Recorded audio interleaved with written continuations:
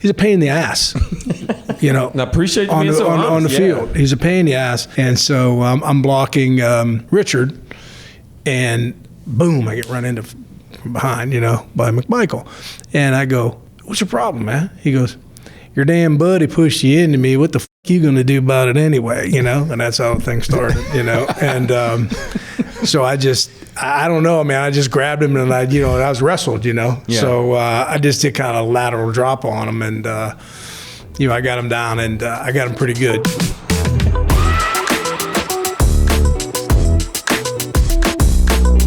What's up, everybody? I'm Peanut Tillman, and this is the NFL Players Second X podcast. With me, as always, my trusty co-host, Roman I Cannot Golf Harper. Well, now you're just telling lies, so we're going to move on and get straight to our guest. This guy is a Hall of Fame tackle, two-time first-team All-Pro, two-time Pro Bowler, Super Bowl winning champion with the Chicago Bears in 1985. He is a healthcare executive. Please welcome to the pod, Mr. Jim Covert to the pod. Thanks, guys. Welcome to the pod. Thank you. A lot of energy going on here. I like it. A lot of energy. It's all trying to bring one, it. Jim. I know. Day one of podcasting. Day one. Peanut's not on hour 5, where we're trying to just. I get it. They normally get. So we come to these and we do about 20 pods. Oh, yeah, there we go. After 17, I start to kind of get a little tired, and the producer, he's kind of looking at me and he's texting me. Which one's that? Who's over there? Oh, Mr. Thomas. Okay. Mr. Thomas. He's the one that's never on camera that gets mentioned. Don't be giving me the side eye too. I'll try to remain upbeat. If we're talking about one topic too long, he'll text us like, "All right, move on. Stop talking about that bullshit." Like, go on to the next one. So shout out to you, Thomas. There's your shout out. I get it. But we just appreciate you coming on. You bet. Yeah, glad to be here. Well, Jim, I'll go straight to 85. Why were you not in the Super Bowl Shuffle video? Because I know it lasts forever, and you guys are probably pulled up on this podcast and see one of the white guys dancing. You know, watch Fensick. That's what we were looking for. Watch Fensick dance. You think you saw him dance? He had no rhythm at all. Steve Fuller, he couldn't rap. He couldn't dance. I'm like, I didn't want to be one of those guys. But didn't you guys get back late? You got back I think from what Chico or Coach Rivera, he told us one time, because he's not in it too. I think you guys got back. I don't correct me if I'm wrong, but you guys got back really late from a game or Super Bowl or whatever. You got back really late or early. Miami that morning. beat us on Monday night. They did it the day after Miami beat us on Monday night. Yeah, really. Tuesday morning. Yeah, that's why when you go watch it, you saw Payton and McMahon. They put them in later. You know, they filmed them on some kind of green screen or something, and they put them in later. Uh-huh. So they weren't there.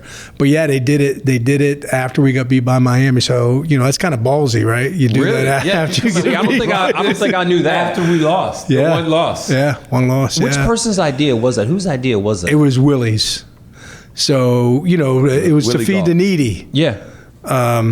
And so they were asking a bunch of guys to go in it, and I was like, I just didn't feel right about it. How did they first bring this idea up? Because nobody just let's just go film this. That was Willie. Okay, Willie. Let's do a rap. Yeah, Willie. Willie's. Willie. He's got a rap. Get the rap-a-doo going. He's going around telling everybody, you can do this, you can do this, you can do this, and guys are eating it up, man. He came to me. I was like, I can't do it. I just can't do it. Yeah, rapping, and then they just supposedly did some kind of reboot. Oh, I didn't know that. Oh, yeah. He's trying to get guys to do that, too, and he asked me to do that, and I said, no, I didn't do the first one. I can't do the next one, so. That'd have been dope. Yeah, a bunch of old guys up there rapping. That's like, who's going to watch that? Nobody. So the 1983 draft class is considered one of the best draft classes of all time. You got yourself, Dan Marino, John Elway, Jim Kelly, Chris Dolman, Eric Dickerson, Bruce Matthews, Richard Dent. That's a hell of a draft class. Yeah. It's a hell of a draft class. And D-back from Washington. Darryl Green. Yeah. He was the last pick, 28th. Darryl's the last, and Marino's 27th. Yeah, that class was incredible. And I think for the Bears, I think we got 7 starters out of that class, and that put us over the top. I think for the 85 season, because we were pretty bad when I first got there. We were pretty bad, but we ended up finishing 8-8 that year. I think we won our last 6 out of 7 games or something like that, and you could just tell.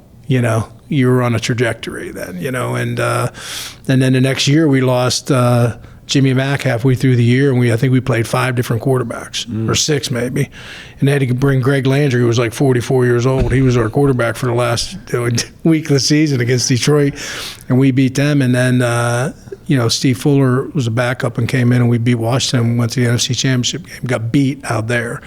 And I think in San Francisco, and I think that really was the catalyst of, we got embarrassed.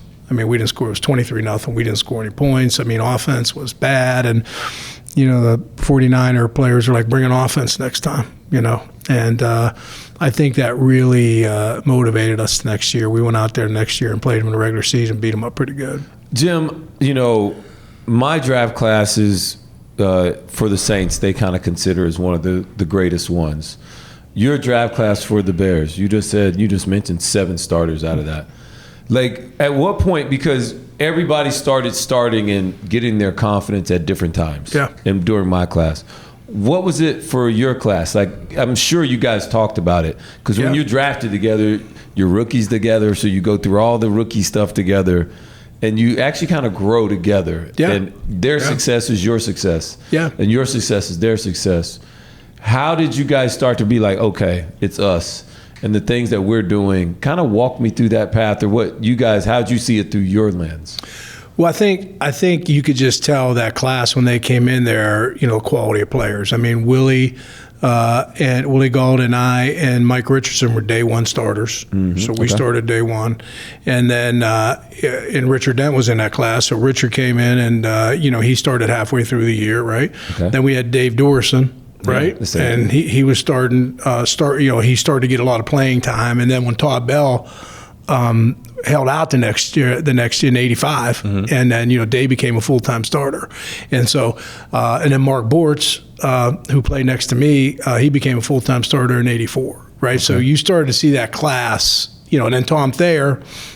He became a full-time starter in '85. Yeah. So that class started to really, I think initially people realized it was such a great class, but then because we had these day 1 starters, but then you saw guys getting, 84, 85, and then, I think that's the class that put us over the top. That's how I think, became so dominant in the NFC Central for a long time.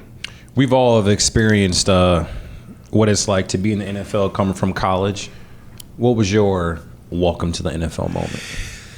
I think my welcome to the NFL moment was my first game I played against Leroy Selman, who I think was the best player I ever played against, Hall of Famer, and best end I ever played against. I know that for a fact. And I said, okay, I'm gonna come off the ball with this guy. I'm gonna hit him so hard so he realized, that because I'm gonna have to play him twice a year, right? Mm-hmm. That's why they drafted me. One of the reasons they drafted me, and he just Olayed me, made the tackle, So now they decided to run the same play like in the third quarter. I said, okay, now I can't come off too fast or too hard this time. I got to be under control. And he jacked me right under my chin. I said, okay, now I get it now. I get it. And he was such a great player. Nowadays they got guys that are playing situations. You got 3 or 4, 5 pass rushers. You got them. He played every snap, 34, 5 technique. You had him and Hugh Green, and they were good. So I went down there the next year in '84, and I think I graded out 95. Then I realized that's the kind of game you had to play in the NFL. You had to step up your game, and you had to play against the best, and you had to perform well. Coach Ditka once said, you set the tone for the offense. And I think that was one day, that was after practice or during practice, you and Steve McMichael, y'all got into it and you body slammed him. Yeah. Can you talk to us or tell us a little bit about that story? Yeah, people have talked about that for so many times, God bless him. Steve was such a great player, and such a we lost him this summer, and such an awesome teammate too. But he's a pain in the ass. And I appreciate you being so honest. On the field. He's a pain in the ass. You'd have team, and Dennis Gentry and Thomas Sanders, guys would be standing in the back, running first team O, and he'd run by, flipper him, hit guys late in camp and everything, hit guys late in practice, and he never really messed with me, and so it was Green Bay week, of course. Everybody's a little. Week, yeah. It's a little serious, and it's hot. It's hot, and so I'm blocking Richard, and boom, I get run into from behind, by McMichael, and I go, "What's your problem, man?" He goes, "Your damn buddy pushed you into me. What the f*** you gonna do about it anyway?" And that's how things started, and. So I don't know, man. I just grabbed him and I was wrestled, Yeah. So I just did kind of a lateral drop on him, and I got him down, and I got him pretty good, So I had him down there, and I had his helmet up, his face mask up. I gave him 5 or 6 good shots right in the face, and they let it go.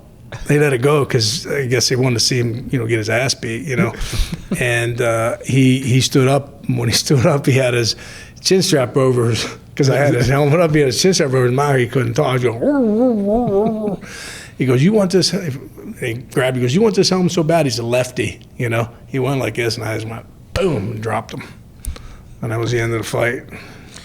I don't think people realize the fights we get into in practice. Like there's a ton. I know there had to be some in New Orleans. Yeah, but I would just say, what the most important thing is, like what Jim said at the beginning. It was hot, and so how big O lineman versus D lineman fights.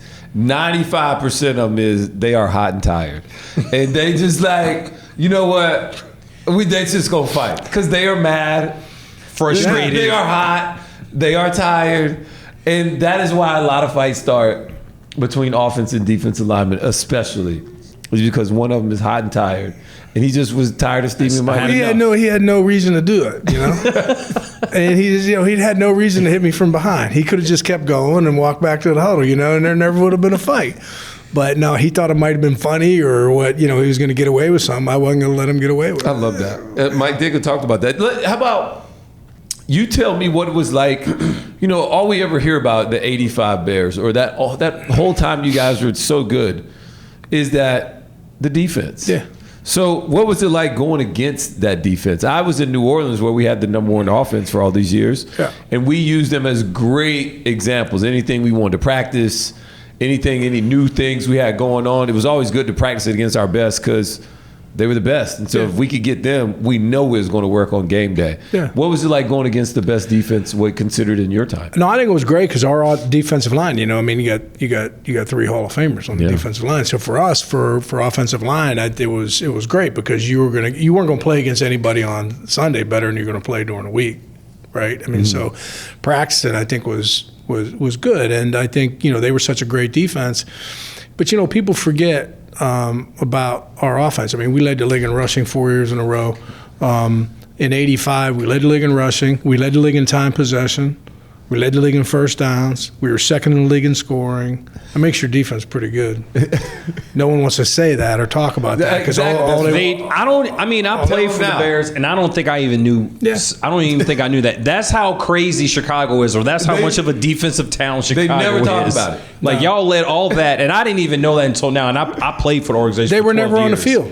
They were never on the field. I mean, we led the league in time possession, led the league in scoring, led the second league in scoring, led the league in first downs. Right? Led the league in rushing.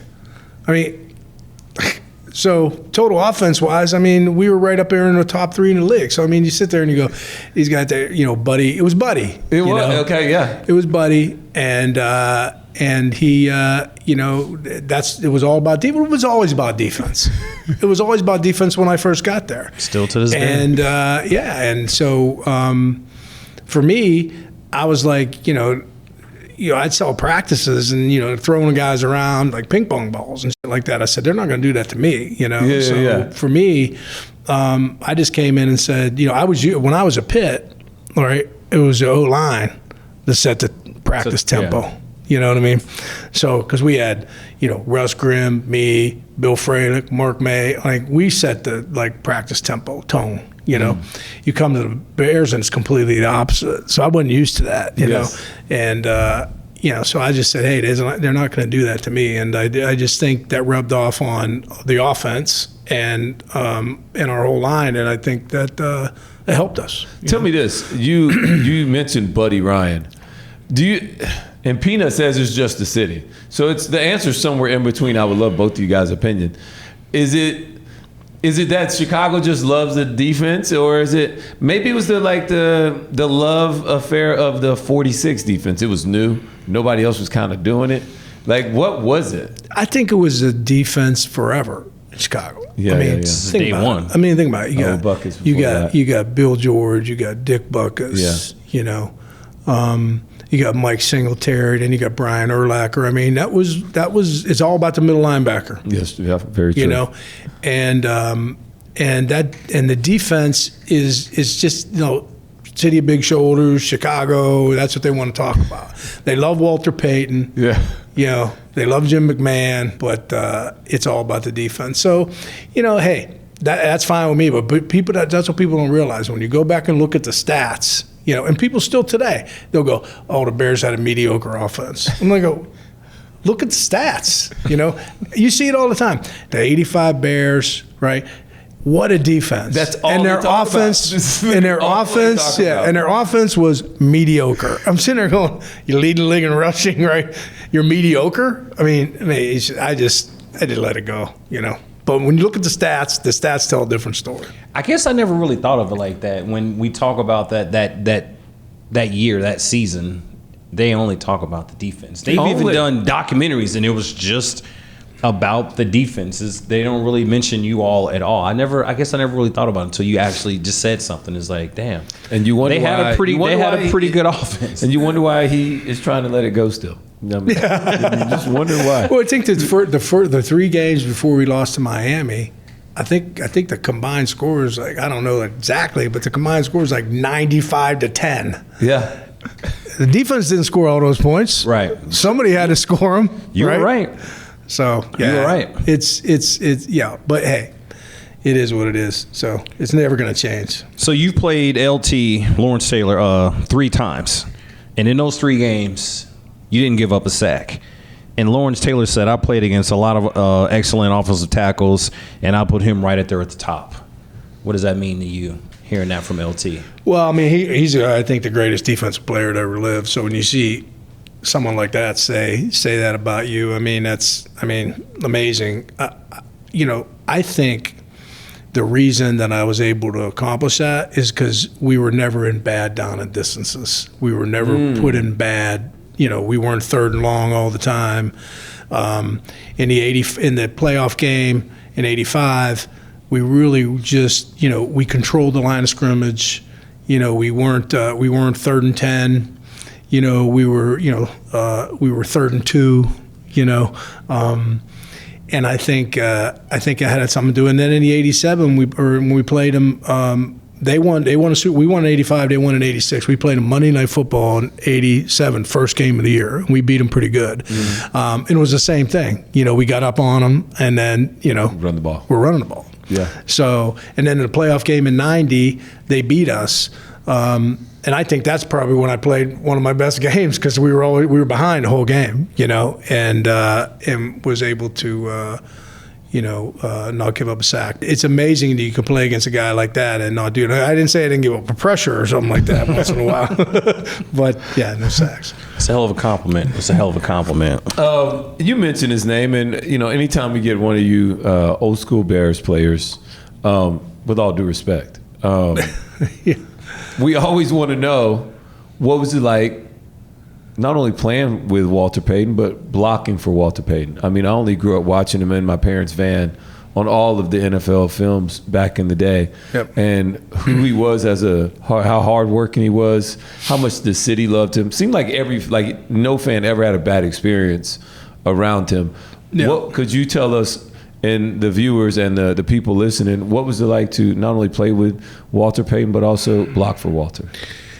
He's just a special person. I mean, he treated everybody that he met like he just had just kind of this, I don't even know what it was, this innate ability to treat you like you were the most important person he was talking to at that time. You know what I mean? That's a skill. That's a skill, yeah, that he didn't care about anybody else except you at that time.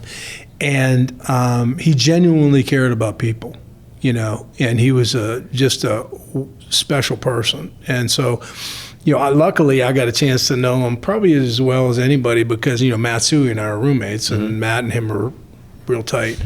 And Matt and I were roommates on the road. So back in the day, you got to remember now, it's not like today, everyone gets their own room. We had roommates back in the day, So the only one that had their own room was Walter. And I think he had it in his contract. That was the only way he got it. But he was always over in our room anyway when we were on the road. I'll tell you what, the one thing I don't think people give or think about him is how tough he was. I mean, he played 13 years in the league. He missed one game.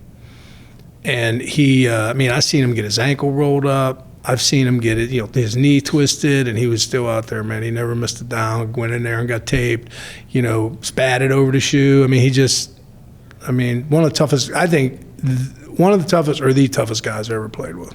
Tell me this. We've heard how much of a prankster he was. Oh, yeah. Were you a victim of any of the pranks? Yeah, all of us were. Yeah. Okay. Tell me the annual throwing the M80s down in the rookie locker room, that was the annual thing he did every year. So, right before the second practice, down came M80 into the locker room, or the ones that have like 17 firecrackers on them. Yeah, he did that, chasing all the rookies out of there.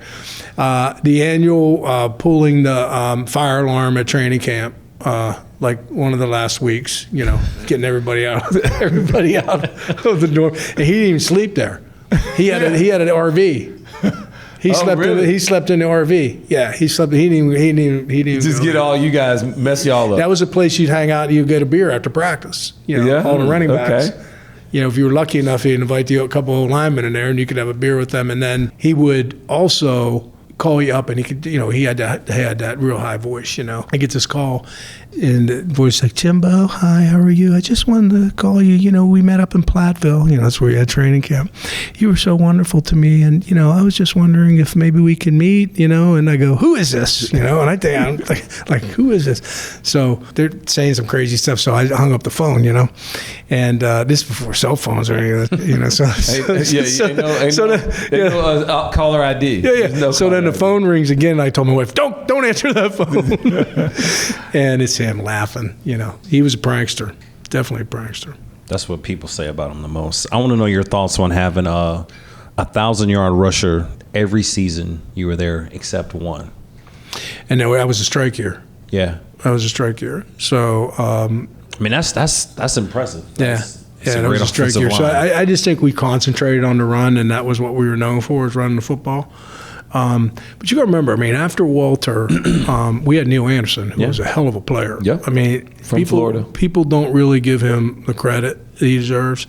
And he only played like 7 or 8 years. He quit. It's a hard act to follow though after Walter, so I get it. He was a great receiver, fast, and he would have played a little bit earlier, but you're not going to sit Walter Payton on the bench, But they put Neil fullback.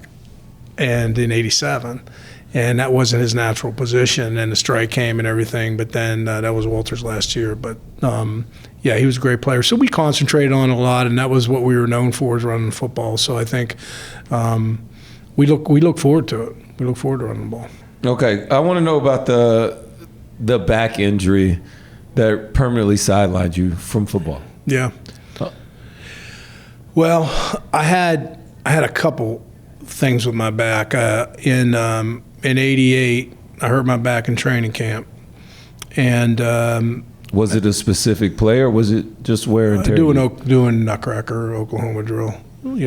Oklahoma drill. For those that please explain what the Oklahoma drill is. There we go. Can you explain that? You got two dummies. They're probably 5 feet apart, 4 feet apart, something like that, lined up like this. You got an offensive lineman, defensive lineman, you got a running back getting the ball, and you got to get them out of the hole so the running back can run right through it. And the guys are getting hit, tackled. It's just seeing who's tougher. It's literally that. Yes. It's a toughness drill, and so we did it every training camp. You did 10 jumping jacks, and you went right to nutcracker, offensive and defensive line. And I was really good at it. In fact, Matt told me him and Walter used to jockey in behind line to get behind me, right? Because I was pretty good at nutcracker.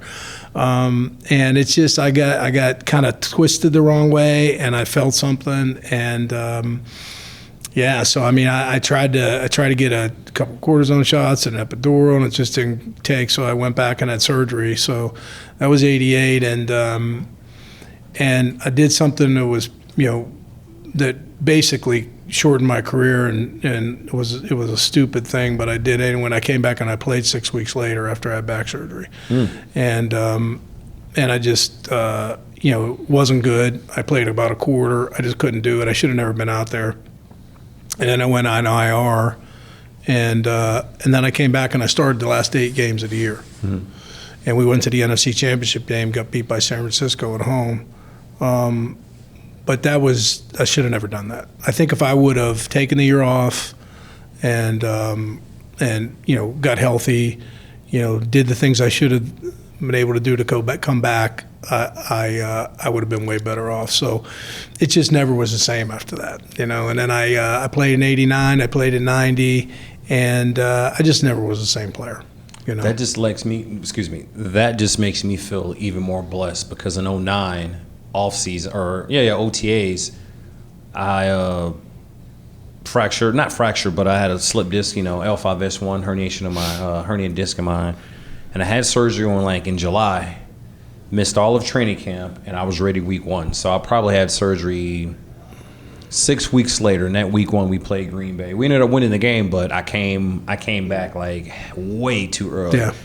But at the same time, I was very fortunate to where I didn't have any. I'm a DB, so I do more running than actually hitting. So it just made me, when you said that, I was like, damn, I'm. Thank Jesus, I'm super blessed, because you're it's not the same position as so right. you're not down, you're not trying to get leverage, and your helmet's not this far off the ground, and so I just never was the same, and I don't have any regrets. I mean, I would have done it all over again, but looking back on it, it definitely shortened my career, and I was never the same player again. So how tough was it for you to walk away? So then in '91 training camp, I heard it again, and just in a blocking drill, wasn't not correct. And I just got I said, that's it. I'm not going to play anymore. They put me on Plan B. They put me on Plan B. You guys are too young for that, but they put you on Plan B. That was like a female thing. Yeah. So Plan B was they were able to. It was after the strike, so there was no agreement, right? And so there was no collective bargaining agreement anymore until they had to redo it. And so they had this Plan B where they put you on this list, and you were basically like a waiver wire. I got you. And if no one claimed you, you could come back. And so I was talking to a couple teams, and I just said, nah, I just don't want to do it anymore. And I made the right decision. Yeah. Yeah. I'm 65 years old, and I'm upright and not walking around, bent over. So I'm happy I made the right decision. I think you did okay. Yeah.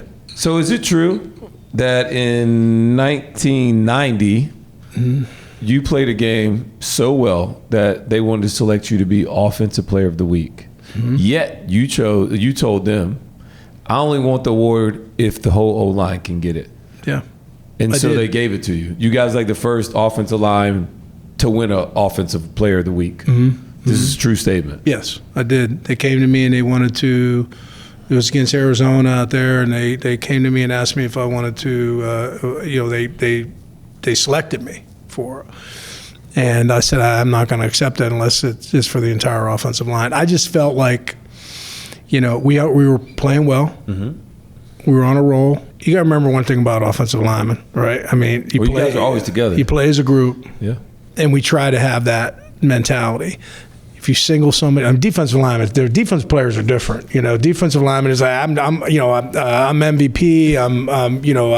I got 5 sacks. I'm Player of the Week. That's good, but it's a little different. You do that in an offensive line, you wreck the harmony. You know what I mean? Yeah.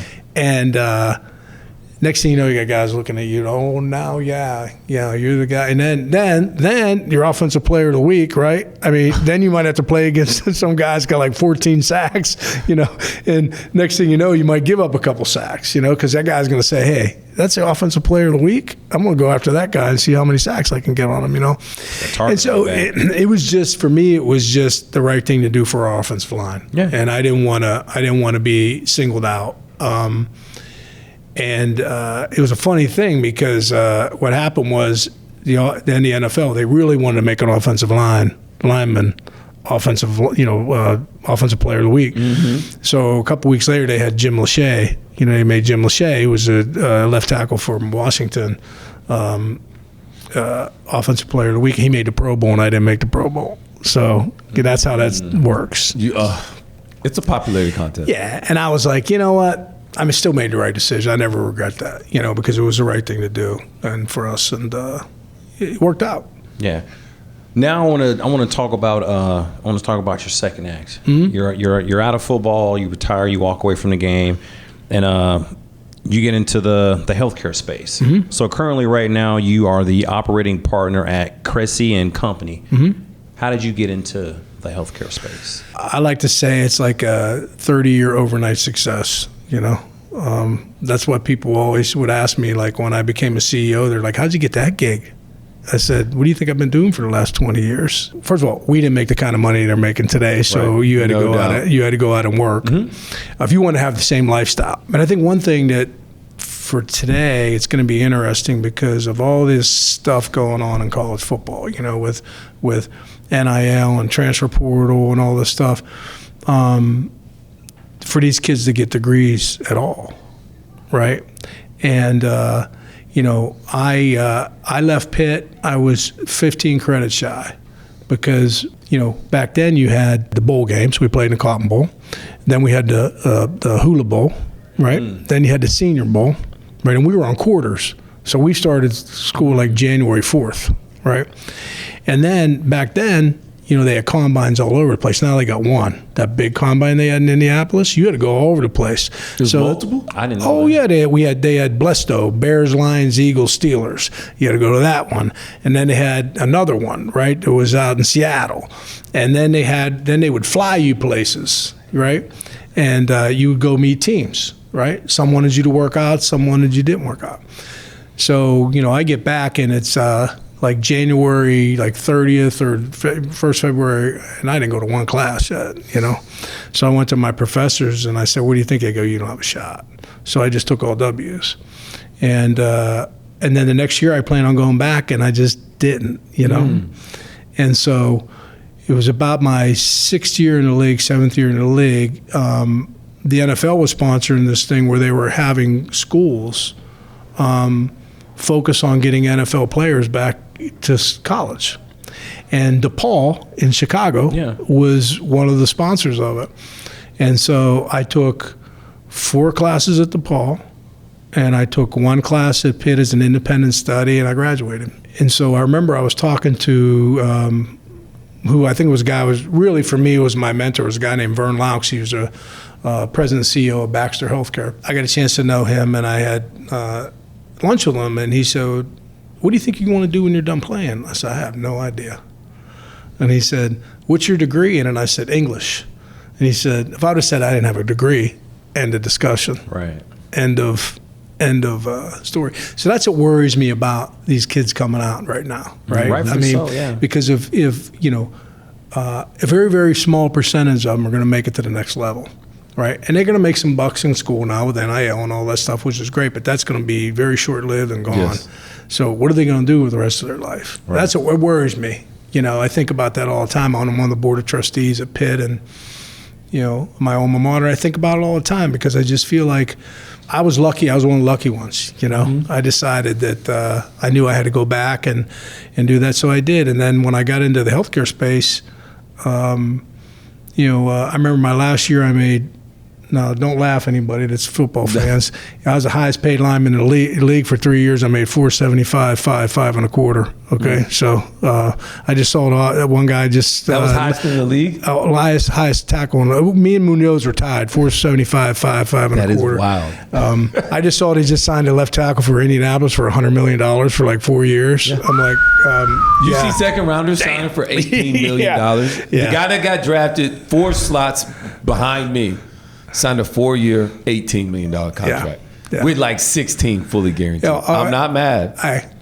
I'm not mad. Hey, yes, you remember when you remember 1980? I'm mad. In 1983, there's a 50% tax bracket. Now remember that. In 1983, I was a 6th player pick in the draft. I made $75,000 after taxes. No way. Okay, so Uncle Sam, why? Ouch. Yeah, so I mean, you can't even blame Uncle Sam for that. I mean, it's just the time. That's crazy.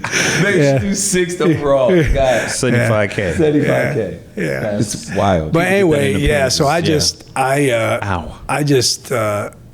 $750,000 my last year, and my first job in sales at Baxter was $60,000 in the cube, and put you back down to reality pretty quickly. Are you like a big guy in the cube, like big, Mr. Incredible? Big. The cube. Yeah, exactly. And Mr. Incredible, dude. It's great. I'm glad you got that. And I just said to myself, I'm not going to stay here for long. Yeah. Right. I'm going to work my ass off. And I just applied a lot of the same things I learned in sports. I mean, you got to work hard. No one can outwork you, right?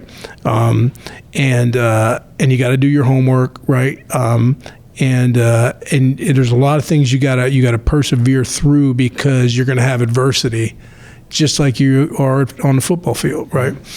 And there's going to be different obstacles, and you got to figure out. And rocks in the road, you got to figure out a way to get around them or move them, and that's what I did. So I was really lucky to have a good mentor that helped me. And I remember when I got the job, I thanked him. I said, "Thank you." And I've used this line a million times since I've hired a bunch of people over the years. I said, "Thank you for giving me the job, because I didn't give you a job. I gave you an opportunity, and what you make of it is entirely up to you." And that's what he said to me. I was 32 years old, 33. So, Jim, we always ask people, we asked you, your welcome to the NFL moment. What is the welcome to the 9 to 5 moment? Because it's got to be difficult, but just different. I don't know about difficult, but how different was that for you to have been selected where you were selected, great player at Pitt, You've been to the highs of the highs. You turned down a Super Bowl shuffle, and now I'm working a 9 to 5. You know what? And when did it hit you? What was that first man? It hit me when I got in that cube. Okay, and it also hit me that nobody cares what you did before. As many doors as football opened for me, it closed just as many. Yeah. And I don't think people realize that. Maybe now it's different, but there's a lot of guys that want to, a lot of people you want to, especially in sales, people were like, hey, you play for the Bears, I'm a big Bears fan, There's a lot of other people, very, professional, very high ranking people are never going to give you a shot, right? And they're never going to give you a shot because they're just like a dumb jock. I don't have to give him anything, just another dumb jock. And I had to face a lot of that down, right? So didn't get mad about it. I figured a workaround around people like that. And I figured out a way to still do my job and not get excited. Because on the field, you got a problem with someone, you beat their ass. You got a problem in the field. You just can't do that in the office. And it's you could, but you're gonna get fired. Yeah, you're gonna get fired. HR gonna come knocking on the door. Yeah, so that you had to learn that rather quickly, and you had to learn how to temper your emotions, and not take everything so personal. When you get beat on a football field, it's personal. you can't do that because you can't let your emotions get in the way of, what your ultimate goal is, and that's being successful. And so that's kind of the way I looked at it. And every job that I was able to progress to, I looked at it that way. And I think athletes really have a special gift for that, because you show them where the goal line is, they'll get there. Yeah. Right. Yeah. And a lot of times, people don't realize that. So you see a lot of hard drivers, and especially in sales and other places like that. Those guys do very, very well, the ex-athletes, because they know where the goal line is and they're going to get there. What do you think has been your most rewarding piece of this journey for you, this second chapter in your journey? That's a good question. I think when I ran a company for 10 years, company called Institute for Transfusion Medicine, I was in healthcare business for a long time. I was in, worked for Baxter Healthcare, then worked for Horizon CMS. I worked for Health South as part of the turnaround team. So I was always in that whole physical therapy, outpatient kind of, hospital business. And this was blood services, everything you think of to do with blood, working with hospitals. And so it was an undertaking. So I just remember that they had so many acronyms, more acronyms than football. I had a whole book of acronyms, that I would have to write down. And what I did? The first probably 4 or 5 months, I just listened. Yeah. I just listened. And I just tried to learn as much as I possibly could about the business, and didn't want to assume or didn't want to think that I knew more than the people that are already there, because they had such great institutional knowledge of the business. I was just trying to learn it. Once I got a pretty good handle on it, I tried to change a lot of things, and that was tough, because a lot of people are adverse to change. And so what I tried to do is I tried to put some people that I worked with before that I hired as change agents, to work with them. Mm-hmm. And, I think that's the one thing about being a CEO. You got to get the right people on the bus. And sometimes the people aren't in the right seats. And some people got to get off the bus. Yeah. But when you can get the right team on the bus, you can be very successful. And that's the one thing about leadership, they're looking for that, but they're also looking for you to do it as well, and you gotta be there, and you gotta show you care. So that was very rewarding for me. I enjoyed that. Yeah, it's no different than a head coach or a GM picking his head coach and his head coach picking his staff. Yeah. Trying to get everybody on the same page. I want to ask you about Mount Rushmore. You get 4 people or 4 picks that have helped you become the man you are today. You get 4 picks. What a great question. That's a great question. Honestly, I've never had that question. That's a great question. I'd say the first 2 spots are my mom and dad. Yeah, love that. Yeah, my dad worked at Armco Steel for 34 years. His grandfather worked there for 44 years. My brother, my uncle, both my brother-in-laws all worked in the mill. All my buddies in high school, their dads worked in the mill. So they already either worked in the mill, steel mill, railroad, right? Pennsylvania Railroad, or the oil refinery, right? So, I just looked up to my dad, because my dad was just, he took me into the mill one time, in a hot mill. I told people this many, many times, in July, and he said, I see these hot pieces of metal coming down these things, and it's like 900 degrees in there, and all these guys are sweating and everything like that. And my dad's like, you never want to come in here, ever. He gave me such great advice. But I'll tell you what, he was tough customer though, man. I mean, those guys, They know how to motivate you, because think about what they had to do for work every day. You come in with a little ankle bruise or ankle strain or something like that. It's like, you're not going to miss any time when you see guys like that. And my mom was just, she worked at JCPenney part-time and raising all of us. She had all 4 of us in 5 years. Oh. And my brother and I are 11 months apart. And so we fought like cats and dogs. Oh yeah, we fought like cats and dogs. But my mom, we used to laugh because everything we owned came from JCPenney's,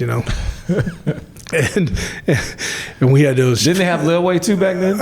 What's that? Did they have layaway back then? Oh, they had layaway. Yeah, everything was on layaway. Yeah, everything, right? Everything was layaway. And everything came from JCPenney's, and you got a school outfit at the beginning of the year, and the tennies, and they had those JCPenney fake tennies that looked like, they tried to look like, I don't know what they tried to look like, something like a Nike or something. They weren't really, or Converse or something, but they weren't. And all these kids in school, some of these kids had them. I wanted a pair, so I told my dad and my brother and I said, we want these Converse, So he took us down to Army Navy store in Rochester, Pennsylvania. We went down there, and my brother and I each got a pair, and they were $9.99 a pair. $9.99. And my dad goes, boys, he goes, you better take care of those shoes. There's a lot of money.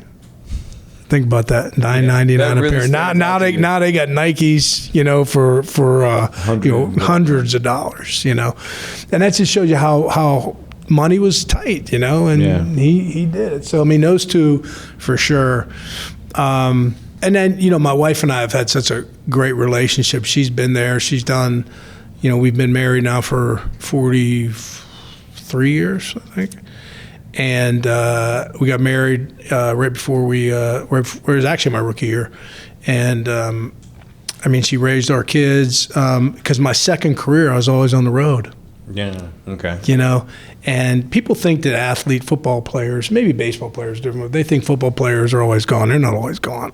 No, it's you're this not. amount of time doing certain months. It's training camp. Yeah. It's training camp. And if you play Green Bay or Detroit, you're home for dinner. Yeah. So it's not, it's not. So once a week. I was traveling. I was trying to build my career, and she did it all. She was the glue to kind of hold everything together. And so I think her, and then I had a line coach at Pitt, a guy named Joe Moore, who Joe Moore, who is like, I think, the best offensive line coach. Did he coach for the Indianapolis Colts too, or no? I think he's had 45 guys when he coached at Pitt, Notre Dame, and Temple playing the NFL. And so, he coached me and Russ and Bill Fralick and a bunch of guys. Yeah, coached all those Notre Dame guys. Award? Joe Moore Offensive Line Award. It's named after him. Yeah, it's like it is a Joe Moore Award. Yeah, he named after Joe Moore. So he was a special guy, and that's the reason. I was I came to the Bears, and I was the most, I think, prepared guy there from a technique perspective. And then I think finally the guy that I was talking about earlier, Vern Laux, who was a chairman and CEO of Baxter Healthcare, he was, really impressive guy. He's a Yale grad, Harvard MBA, and he was a captain in the Marine Corps. So what a resume this guy had, you know, and just a man's man. But he was the CEO there, and he's the guy that gave me my first opportunity. So that would be the people I put on it.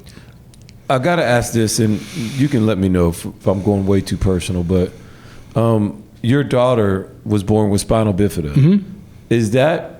Did that actually push you into the healthcare's system at all, or that was just a random? No, I don't think it had anything to do with it. I think, she just had her birthday yesterday. Yeah, well, happy birthday, Jessica. Happy birthday, Jessica. And she's doing great. No, I think it was, for us, it was difficult because she was born in 1987. It was right in the middle of my career. Mm-hmm. And it was heartbreaking, for us. I mean, we didn't know much about spinal bifida. We didn't even know anything about it. And then, then we found out it was the most common birth defect, and it affected people in different ways and different levels of function, different levels of ability to ambulate. So it was difficult. But she's done a remarkable job. I mean, she, went to Lynn University and graduated, and been in healthcare HR space. She's done a great job. So she's a superstar. Awesome. You don't get too many people like that. But she's a hard worker. I mean, she's had to overcome a lot of different things that people haven't had to do. How much better has she made you? Oh, she's tough. I mean, she's tough. I mean, you're talking about surgery.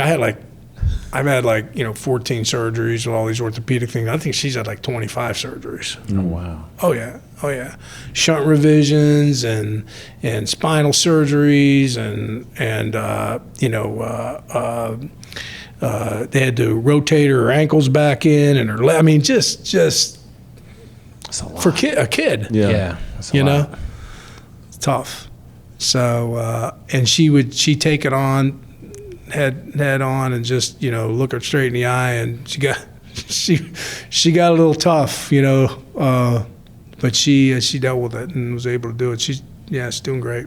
Thank you. Thanks for sharing. Yeah. That's it, Jimbo. right. We appreciate you, man. For Awesome, coming man. That on was the pod, fun. sharing some stories, blessing was us fun. with your presence. We appreciate you. What Thank knee you. surgery is that? That's The big cross. a new knee. Oh, it's a new knee. Yeah. Okay, because the cross is different. I'm not. Oh no, that was an old surgery. Okay. I had this operated on 5 times before I got the knee replaced. And how does it fit with the new knee? It feels awesome, except I got a bone chip underneath the implant. You can see it popping. Yep. So I got a bone chip. cool I got to get party trick. I got to get scoped. But other than that, it doesn't hurt that much anymore. But this is a new one, and this is the gnarly one. Okay, show That's the gnarly one. Do we get to see With the ankle? Do you want to see that one? Oh yeah. Oh, That's Let's old see school. that? Yeah, that's a gnarly. Those are great party tricks. Whenever Yeah. there's that awkward silence, you that go one. hey, look at my knee. Boom. That's a gnarly one. That was a cadaver ligament and a cadaver tendon replacement. So for your ankle? yeah, they put a cadaver ligament and a cadaver tendon in. So I got it done at Stedman Clinic in Vail, and the doc that did it. You know how they do your knee, where they grab your knee and they move it around to see how stable it is? You could grab the bottom of my ankle and move it around like this. And it just I had no ligaments, no tendons or anything. And the guy that did it said, he's done, skaters, basketball players, people with traditionally bad ankles. He says, you have one of the worst ones I've ever seen. And I just delayed. And I got this done on a Tuesday and that on a Thursday in the same week. Oh, damn. If I'm down, let me just be down. I thought I was going to be non-weight bearing and it was going to be fine until I was laying in the hospital bed looking at my boot on here and this thing all wrapped up. I'm like, what did I just do to myself? And I stayed in Vail for 3 weeks and my wife was pushing me around in a wheelchair. Not bad. She goes, can you get up on these crutches? Can you get up on these crutches? I said, no, I can't. It hurts too bad. It hurts too bad. She finally got me up on them, yeah. But I was, I'm in the middle of working. Yeah. So now I get this boot. I'm going to work. I'm flying places. I'm like, oh, God, please. But no, this came back real quick. That was a little problem, but Took a little bit extra it's time. good now. Yeah. Well, good. Yeah, it's good. All right, man. We appreciate you. That was fun. Don't you run off from us, Jimbo. Thank you so much, man. Let's give you some flowers, bro. We really want to say thank you for joining us, man. Actually getting to sit down and talk to you. Peanut knew a lot more about you than I did. I didn't grow up in the Bears community, but you getting here to share your story, really sharing some great stories and times through that 85, through your draft class, to everything you guys got to build for that organization and what you meant to it, and now look at you. Yeah. So, man, thank you for sharing. Yeah, for this guy, anything, man. Oh, man. Well, we the appreciate best. it, man. Thank you, Peanut, for getting him here. Yeah. Thank you. And all of our listeners and viewers out there, wherever you pick up your podcast, whether it's Apple Podcast, iHeartRadio app, make sure you tune in. Make sure you give us a follow, like, share, subscribe. Also, you can check us out on the NFL's YouTube channel. Peanut, get us out of here, guys. proud of you, man. You remember. I'm it. improving. He did that. It's like the end of the NFL broadcast. He did that good. He did it. It was good. I am improving. Thank you. I like that. Hey, I'm Peanut Tillman. That's Roman. That's Jimbo. Hall of Fame right there. And this is the NFL Players Second X podcast. We out.